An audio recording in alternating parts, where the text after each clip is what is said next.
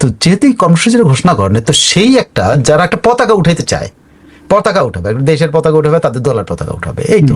আর এটা হলো তারা একটা মিছিল করতে চায়। তো এইটারে দমানোর জন্য মানে এইটাকে ক্রাশ করার জন্য আর্মির প্রয়োজন হলো কেন? তার মানে আওয়ামী লীগের সাংগঠনিক শক্তি সম্পর্কে এখন ভীত সরকার এবং বিএনপি। আর মুখ রক্ষার জন্য এনসিপি, যদিও তাদের প্রত্যেক নেতাকে বলা হয়েছে তোমরা বাসা থেকে বেরোবে না, তলায় তাদের কিন্তু প্রত্যেককে নির্দেশ দিয়েছে তোমরা বাসা থেকে বেরোবে না, এই বেরোবে না, পরিচিত যাদের চেহারা পরিচিত। আর এমনি টাকা পয়সা দিয়ে ভাড়া করায় যদি কাউকে দিয়ে যদি 5-10 জনের মিছিল করতে পারে করো, কিন্তু তারা তাদের পরিচিত জনরে কিন্তু বাসায় থাকার জন্য নির্দেশ দিচ্ছে এবং পুলিশের কাছে তারা নিরাপত্তা চেয়েছে। জামাত কতটুকু, জামাত তো একটা শক্তি আছে, তারা মাঠে নেমে হয়তো মিটিং মিছিল করবে। তো সেখানে যদি জামাত এবং এনসিপি মিটিং মিছিল করে, সেইখানে সেনাবাহিনী মোতায়েন, বিজিবি মোতায়েন, প্লাস বলা হচ্ছে যে সবচেয়ে বড় কন্টিনজেন্ট অফ পুলিশ বাহিনী সারা বাংলাদেশে মোতায়েন করছে। ঢাকা শহরে 18,500 মোতায়েন করে ফেলছে। ঠিক আছে, করে ফেলছে, মানে অলরেডি মোতায়েন, কিন্তু এগুলো অলরেডি কিন্তু আর্মি মোতায়েন, অলরেডি বিজিবি মোতায়েন। আমি বুঝলাম না যে আওয়ামী লীগকে কি মনে করো কি, মানে আওয়ামী লীগ এত শক্তিশালী হয়েছে, মানে এটা আওয়ামী লীগের জন্য খুশির খবর, নাকি আওয়ামী লীগকে ভয় পাইছে, এটা আওয়ামী লীগের জন্য খুশির খবর, নাকি আওয়ামী লীগ তুষ্টিতে হোক? আমার মনে হয় যে এইটা স্বীকৃতি, সরকার স্বীকার করে নিচ্ছে আওয়ামী লীগ একটা শক্তি।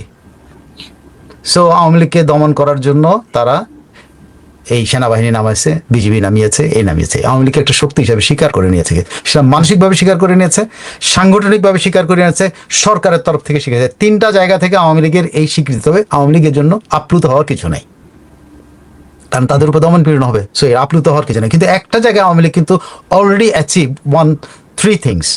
1, বিএনপি তাদের ভয় পেয়েছে, সাংগঠনিকভাবে বিএনপি মোকাবেলা করতে পারছে না। 5 নম্বর হলো তারা সরকার এমন ভয় পেয়েছে তাদেরকে এরকম একটা মানে আইন শৃঙ্খলা বাহিনী দিয়ে মোটামুটি হচ্ছে, আমাদের দেশে একটা বলে না, আমাদের পুলিশরা একটা কথা বলে, নিরাপত্তার চাদর দিয়া ঢেকে ঢাকা, চাদরে খেয়াল করে হেডলাইন হয় কিন্তু আমাদের, নিরাপত্তার চাদরে ঢাকা। কোন চাদরে ঢাকা?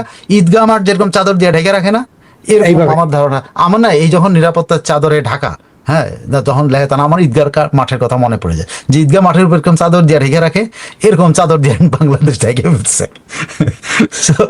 সো আমাদের সরকার এই নিরাপত্তার চাদর দিয়ে, ঈদগাহ মাঠের চাদর দিয়ে দেশ ঢেকে ফেলছে। এতে আওয়ামী লীগের কিন্তু কোনো ইয়ে নেই। আওয়ামী লীগ টোটালটাই 100 যদি অ্যাচিভমেন্টের ইয়ে হয়, আওয়ামী লীগের 100 অ্যাচিভ হয়ে গেছে। আওয়ামী লীগ কালকে মাঠে নাইমা কয়টা মিছিল করলো, আর কয়টা মশাল মিছিল করলো, কয়টা পতাকা উঠাইলো, it doesn't matter. The government has declared Awami League as a power. ওই নিষিদ্ধ সামনে লিখে হোক, আর অনিষিদ্ধ বলে হোক, আর ফ্যাসিস্ট বলে হোক, আর মাফিয়া বলে হোক, আর সরকার ডিক্লেয়ার করেছে আর্মি ইজ এ পাওয়ার, যাকে হ্যান্ডেল করতে হলে আর্মি লাগে। খেয়াল করে দেখেন, ছোটবেলায় বা আমরা যখন ইউনিভার্সিটিতে বা কলেজে বা সেই সময় আমরা মাঠে ময়দানে এইটা মিছিল হলে আমরা কাকে হ্যান্ডেল করতাম? ইউনিভার্সিটি দেখেন, আমরা পুলিশের ঠোলা কইতাম, আর আনসারে ট্রেনিং দিয়ে ছাড় বইলা টিটকারি করতাম। হ্যাঁ, তো আমরা প্রথম মোকাবেলা করতাম কিন্তু আনসারকে, তারপরে পুলিশ ঠোলা বাইরে আসতো। ঠিক আছে, ঠোলা বাইলা যাওয়ার পরে তখন যখন সেনা শাসন আসলো, তখন আর্মি এসে উপস্থিত হয়েছিল। তাও এর মাঝখানে আর্মির আগে দিয়ে হয়তো বিজেপি টিজিবি নামছে। এখন দেখেন, এখন শেখ হাসিনা তার আওয়ামী লীগের যে কর্মী বাহিনী, সেই কর্মী বাহিনী আনসারকে মোকাবেলা করতে হচ্ছে না, আনসার উড়ে গেছে। শেখ হাসিনার আওয়ামী লীগ পুলিশকে মোকাবেলা করতে হচ্ছে না। পুলিশ এখন যেখানে একজন থাকার দরকার, এখন 5 জন রাখছে, 18,000 ঢাকা শহরে রাখছে। মানে পুলিশেও আওয়ামী লীগের সামনে হাওয়া হয়ে গেছে, বিজিবি আওয়ামী লীগের সামনে হাওয়া হয়ে গেছে, কারণ সেনাবাহিনী এখন নামাইছে। তাহলে আপনি দেখেন কি দাঁড়ালো, 4 স্তর বিশিষ্ট নিরাপত্তা ব্যবস্থা তৈরি করছে আওয়ামী লীগের মোকাবেলা করার জন্য। সো আওয়ামী লীগ তো এখানে কি হিসেবে আবির্ভূত হয়েছে? আনসারকে মোকাবেলা করার জন্য আবির্ভূত হয় নাই। আওয়ামী লীগ মোকাবেলা করতে আবির্ভূত হয়েছে হলো সেনাবাহিনীকে মোকাবেলা করার জন্য। This is an achievement for Awami League, this is the strength of Awami League. বর্তমান আওয়ামী লীগ, বর্তমান তৃণমূলের আওয়ামী লীগের এটি হলো স্ট্রেংথ। এবং শেখ হাসিনা এই অর্গানাইজেশনটা তৈরি করতে পারছেন ইন্টারনালি এটা বুম হয়েছে একদম। এটাকে বলে যে রিফাইন্ড হয়েছে, এমন একটা সংগঠন, এমন একটা কর্মী বাহিনী উনি তৈরি করতে পারছেন, যে কর্মী বাহিনীকে দমন করার লেগে এখন আনসার দেওয়া পারবে না, পুলিশ দেওয়া পারবে না, বিজি দেওয়া পারবে না, আর্মি দেওয়া মোকাবেলা করার জন্য। সো শেখ হাসিনার বাহিনীটা কতটা শক্তিশালী বা টের পান, যাদের হাতে ওই থাকবে না, অটোমেটিক কার্বাইন থাকবে না, তারা কিন্তু খালি হাতে কিন্তু এই অটোমেটিক কার্বাইন ওদের মোকাবেলা করবে। দেখা যাক এখন আমাদের সেনাবাহিনী কিভাবে মোকাবেলা, তাদের হাত তো প্রচন্ড রকম শক্তি আছে, গুলি করার শক্তি আছে, যেটা তো আওয়ামী লীগের হাতে নাই। ওনারা তো গুলি করার শক্তি নিয়েছেন ম্যাজিস্ট্রেসি। এটা ভুল ধারণা কিন্তু যে আর্মি চলে গেছিল, আর্মি ডেকে আনেছেন, না, আর্মি ছিল। আর্মির এই কয়টা জেলার আর্মিদেরকে ম্যাজিস্ট্রেসি পাওয়ার দিয়ে নিয়োগ করা হয়েছে সিভিল পার্সোনালিটির জন্য। This is the story. আমাদের দেশে পুরো স্টোরিগুলো ছাপা হচ্ছে যে না, আর্মিকে আবার ডেকে আনা হয়েছে 7 দিনের জন্য, না 10 দিনের জন্য, না 10 দিনের জন্য তাদের ম্যাজিস্ট্রেসি পাওয়ার দিয়ে এই জেলাগুলিতে মোতায়েন করা হয়েছে এক্সট্রা। এটা আর্মি চলে যায়নি ফাইনালি, এখন পর্যন্ত সারা দেশ থেকে আর্মি যায় নাই, আর্মি আছে। কিন্তু এই জেলার আর্মিগুলোকে বা এই জেলাকে এক্সট্রা মোতায়েন দিয়ে এদেরকে ম্যাজিস্ট্রেসি পাওয়ার দিয়ে দেওয়া হয়েছে যাতে গুলি চালাইতে পারে এই ইয়াদের উপরে, আওয়ামী লীগের উপরে। এখন আওয়ামী লীগের উপরে গুলি চালাইতে গিয়ে দেখা যাক ওনারা আবার বুমেরাং হয় কিনা। যেমন দেখা গেল যে এনসিপি সামনে আসলো, জামাত সামনে আসলো, আওয়ামী লীগ জামাত মারামারি করছেন, গোলাগুলি চালায়, জামাত মেরে ফেলায় কিনা, এটা তো একটা ব্যাপার। পরে দেখা গেলো যে আর্মি জামাত মারতেছে, কারণ মানুষ তো চেনা যাবে না ভাই। আপনি নিশ্চিত থাকেন যে আওয়ামী লীগকে তাদেরকে চেনানোর জন্য তারা ওই দেখেন কাফনের কাপড় পড়তেছে, তারা যে জামাতে কাপড় পরবে না এটা নিশ্চয় থাকি, সব যে জামাতের ড্রেসে বাইরাবে না এটা নিশ্চয় থাকি। দেখা গেল যে জামাতের ড্রেসে বেরিয়েছে সব, দাড়ি টুপি লম্বা টুপি টাপা পরে। কারণ আগের কালের বিপ্লবীরা কিন্তু এই দাড়ি টাড়ি দিয়ে নিজেদেরকে আত্মগোপন রাখার জন্য দাড়ি রাখতো, এই রাখতো, টুপি পরতো, অনেক কিছু করতো, পাঞ্জাবি পরতো, কি বলে যে এটা কি বলে ধুতি পরতো, যার যেখানে যেটা দরকার সেই ধর্মীয় জিনিসগুলো পরতো। তা আওয়ামী লীগরা যে জামাতের ড্রেস পরবে না এটা নিশ্চয়তা নাকি কোনো নিশ্চয়তা আছে? এই যে গত 1 মাস ধরে আওয়ামী লীগরা যে তার দাড়ি গজায় নাই এটা নিশ্চয়তা কি ভাই? আমি ফান করতেছি, বাট আপনি নিশ্চয়তা রাখি তারা তো তাদের আত্মগোপনে থেকে তাদের মতো করে তারা বাইর হবে। তারা কি নিজের গায়ের মধ্যে আওয়ামী লীগ সিল লাগায় বেরোবে? বাইর হবে না, তারা তাদের মতো করেই বেরোবে। বাইরে স্লোগানটা দেবে হলো আওয়ামী লীগের পক্ষে, শেখ হাসিনার পক্ষে, জয় বাংলা বলবে, জয় বঙ্গবন্ধু বলে স্বাধীনতার পক্ষে স্লোগান দেবে, পতাকা উঠাইতে যাবে। Thank you. এই যে ম্যাজিস্ট্রেসি পাওয়ার দেওয়া হলো, আপনি বললেন এখানে অনেকগুলো 6টা জেলার কথা বললেন। সালাউদ্দিন সাহেব বলছেন যে 15 জুনে সেনাবাহিনী উঠে গেছে, আমরা আজকে নতুন করে আবার সেনাবাহিনীকে তলব করছি। তাই নাকি? হ্যাঁ, ওইটা উনি বলছেন, এটা বলছেন সালাউদ্দিন সাহেব যে 15 জুনে, আপনারা জানেন যে 15 জুনে সেনাবাহিনী কমপ্লিটলি দেশ থেকে আমরা বেরাকে ফিরে গেছে, আমরা নতুন করে সেনাবাহিনীকে আবার তলব করছি। তাহলে তো ভালো। যাই হোক, আমি জানতাম যে সেনাবাহিনী এখনো আছে। 15 জন মানে কি আজ থেকে 5 দিন আগের ব্যাপার।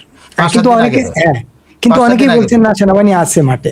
আমি তো সেনাবাহিনী আছে, কিন্তু উনি যেহেতু বলছেন তো ওনাকে বিশ্বাস করতেই হবে, কারণ উনি সশস্ত্র বাহিনীর আর বিজেপির প্রধান, বা উনি তো বিজেপি চালানো সবকিছু ঠিক আছে, উনি হয়তো ঠিকই বলছেন। কিন্তু তারপরে মাত্র 5 দিন আগে বেরোলো, 5 দিন পরে এরা যায় গোসল টোসল করতে পারে না, আবার দায়িত্ব ধরে নিয়ে আসে। জামা কাপড় পরিষ্কারই করতে পারে নাই, না এখন জামা কাপড় পরিষ্কার গোসল করতে পারে নাই, এখন ঠিক মতো আর্মির ভাত খাইতে পারে নাই, আর্মির রুটি খেতে পারে নাই, কিছু না খায় আবার চলে আসছে হলো সিভিলিয়ান রুটি খাওয়ার জন্য, সিভিলিয়ান পরোটা খাওয়ার লেগে, সিভিলিয়ান ভাত খাওয়ার জন্য আবার চলে আসতেছে। তাদের কি মুশকিল এদের ফাইনালি এই বাঞ্চ অফ আর্মিকে ফাইনালি পুলিশে অধিগ্রহণ করে নিতে হয়। হ্যাঁ, আরেকটা জিনিস আপনি খেয়াল করছেন কিনা, এই গতকালকে আমরা আলোচনা করতেছিলাম যে যুবলীগের এক মিছিল থেকে যে ওই যে পত্রিকাগুলা লিখলো না, এই আবিনা সামনে আইলে মেরে ফেলবো, মাইরা ফেলামো, এইটা থেকে ভয় থেকে কিনা সেনাবাহিনীকে আজকে মোতায়েন করা হলো, মানে গতকালকে। তার মানে একজনের হুমকিতে আর্মি নেমে পড়তে হয়?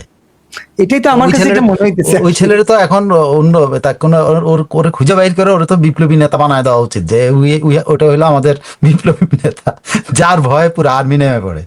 আমি না হাসি, আর্মিও বা কেমন, যে অ্যাটলিস্ট তাদের তো কথা বলার ব্যাপার আছে, তারা তো স্বরাষ্ট্র মন্ত্রণালয়কে বলতে পারতো যে ভাই আমরা মাত্র আসলাম, যদি তারা চলে যায় মাত্র আসলাম, এখন যে আমাদেরকে আর কত মকারের মধ্যে রাখবা, মানুষ আমাদের কিনা হাসাহাসি করে, টকশোতে হাসাহাসি করে এখন আর্মিকে।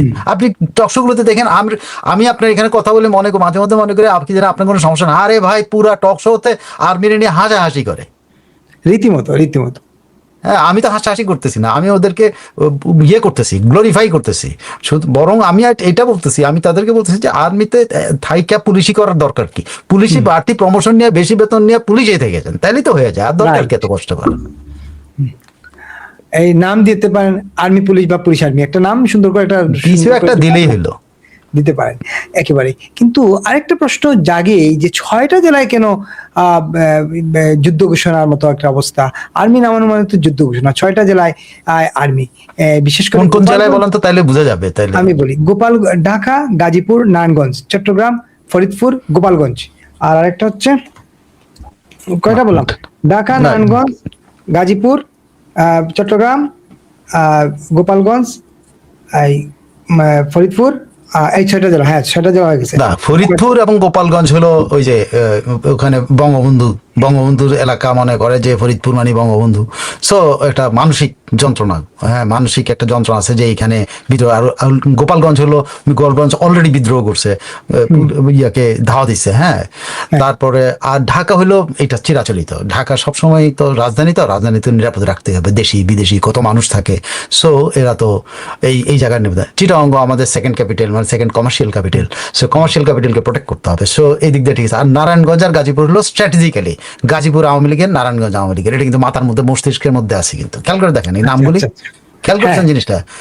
গাজীপুর আওয়ামী লীগের, নারায়ণগঞ্জ আওয়ামী লীগের, নারায়ণগঞ্জে আইবি আছে, গাজীপুরে কি একটা যেন জাহাঙ্গীর আছে, এরকম কিছু একটা মাথার মধ্যে ঢুকে আছে, বসে আছে। আর ওদিকে হলো গোপালগঞ্জ হলো বঙ্গবন্ধু, ফরিদপুর হলো বঙ্গবন্ধু, এই ভয়ে এই চারটা।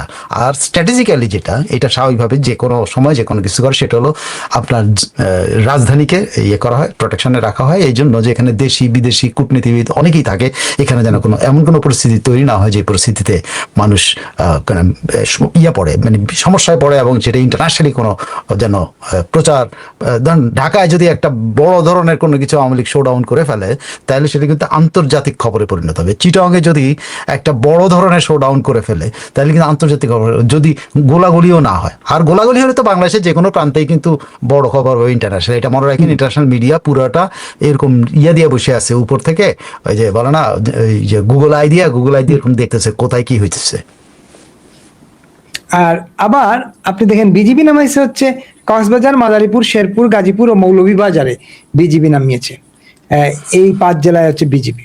কক্সবাজার, মাদারীপুর, শেরপুর, মাদারীপুর ওই যে আবার বঙ্গবন্ধু আওয়ামী লীগ বঙ্গবন্ধু, হ্যাঁ শেরপুর, গাজীপুর, মাদারীপুরে কিন্তু এই যে হাবাদুল্লাহরা যাইতে পারে না, কিন্তু মনে রাখেন ফরিদপুর যাইতে পারে, তো এগুলো খেয়াল রাখেন, এগুলো জায়গাগুলো এরকম আর কি। আর কক্সবাজার ব্যাপারটা দাঁড়াইছিল, কক্সবাজারে তো ধরেন বিভিন্ন সশস্ত্র গোষ্ঠী কক্সবাজারের ভিতরে ঢুকে পড়ছে। আপনার তো আরসা, মারসা, টারসা, যা কিছু আছে এটা তো আছে ওখানে। তো ইভেন সালাউদ্দিন সাহেবের নিজের এলাকায় এই যে খুনাখুনি হচ্ছে, মারামারি হচ্ছে, সব হচ্ছে, ঠেকাইতে পারতেছে না। সো কক্সবাজার একটা অপরাধ প্রবণ এলাকায় পরিণত হয়ে গেছে। সে অপরাধ প্রবণ এলাকাতে স্বাভাবিক। আর ওখানে পর্যটকরা আছে, মানে দেশি পর্যটক, বিদেশি পর্যটক, তাদের নিরাপত্তার প্রশ্ন আছে, সেই হিসেবে মোতায়েন করছে। শেরপুরে যে আবাদুল্লাহরা দৌড়ানো খাইছিল, এই জন্য শেরপুরে দৌড়ানো খাইছে। এই যে মানে যেখানে তারা রিস্কে পড়ছিল আর কি, যেখানে তারা অবাধে ঘুরে বেড়াইছে, ওখানে তারপর কালকে দেখেন ওরা বাইরে হয় কিনা। কারণ ওরা তো ওদের ইন্টারনাল এনসিপি প্রত্যেক নেতাকে, জেলা এবং উপজেলা পর্যায়ে যে নেতা যেখানে আছে আর কি, সব জায়গায় তো ওদের নেতা নাই, সব জায়গায় লোকও নাই, তো যেখানে নেতা আছে নেতাদেরকে বলছে, পরিচিত মুখ যারা আছে, পরিচিত মুখদেরকে সবাইকে বলছে তারা আত্মগোপনে থাকার জন্য বা ঢাকায় চলে আসার জন্য। আর বাকিরা যদি করতে পারে করবে, এটা একটা ঘোষণা দেওয়ার জন্য দিছে। তারা হয়তো জামাতের পিছনে ঘোরাঘুরি করতে পারে। গোপালগঞ্জ নিয়ে একটা প্রশ্ন করতেই চাই। গোপালগঞ্জ বেসিক্যালি অনেকে এখন শঙ্কা প্রকাশ করছেন আগের অনুষ্ঠানগুলোতে, এবং বিভিন্ন জনের সাথে কথা হচ্ছিল, বলেন গোপালগঞ্জকে কি টার্গেট করা হলো কিনা আবার। আর এর আগে গোপালগঞ্জে রক্তপাত হয়েছিল, বহু লোক হতাহত হয়েছিল, এবারও কি গোপালগঞ্জকে এরকম টার্গেট করা হয়েছে কিনা। আগের অনুষ্ঠানে একজন জানালেন গোপালগঞ্জে 200 সেনা সদস্যকে, 2 জন ঊর্ধ্বতন কর্মকর্তা সহ 200 সেনা সদস্যকে শুধুমাত্র গোপালগঞ্জেই নামানো হয়েছে।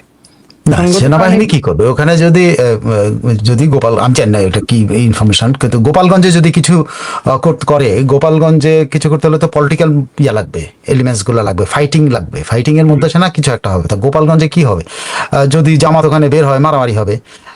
ফরিদপুরে বেরোলে এবং আমি আপনাকে বলি, ইভেন চিটাগংয়ে মারামারি হওয়ার সময়, ঢাকা হয় কিনা আমি জানি না, চিটাগংয়ে মারামারি হওয়ার সম্ভাবনা আছে, কক্সবাজারে মারামারি হওয়ার সময়, যেখানে বাইরে মারামারি হওয়ার সম্ভাবনা আছে।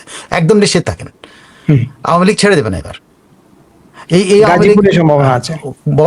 বরং ওরা যেটা হচ্ছে যে এখন দেখা যায় হরতাল হয়ে যায় কিনা। যদি হরতাল হয়ে যায় এইসব জায়গাগুলিতে, যে এত নিরাপত্তা চাদর বসানো আছে, দেখা গেলো কোনো হরতাল হয়ে গেছে, তাহলে আওয়ামী লীগ বেরিয়ে লাভটা কি? হরতাল তো হয়েছে তাদের কামে।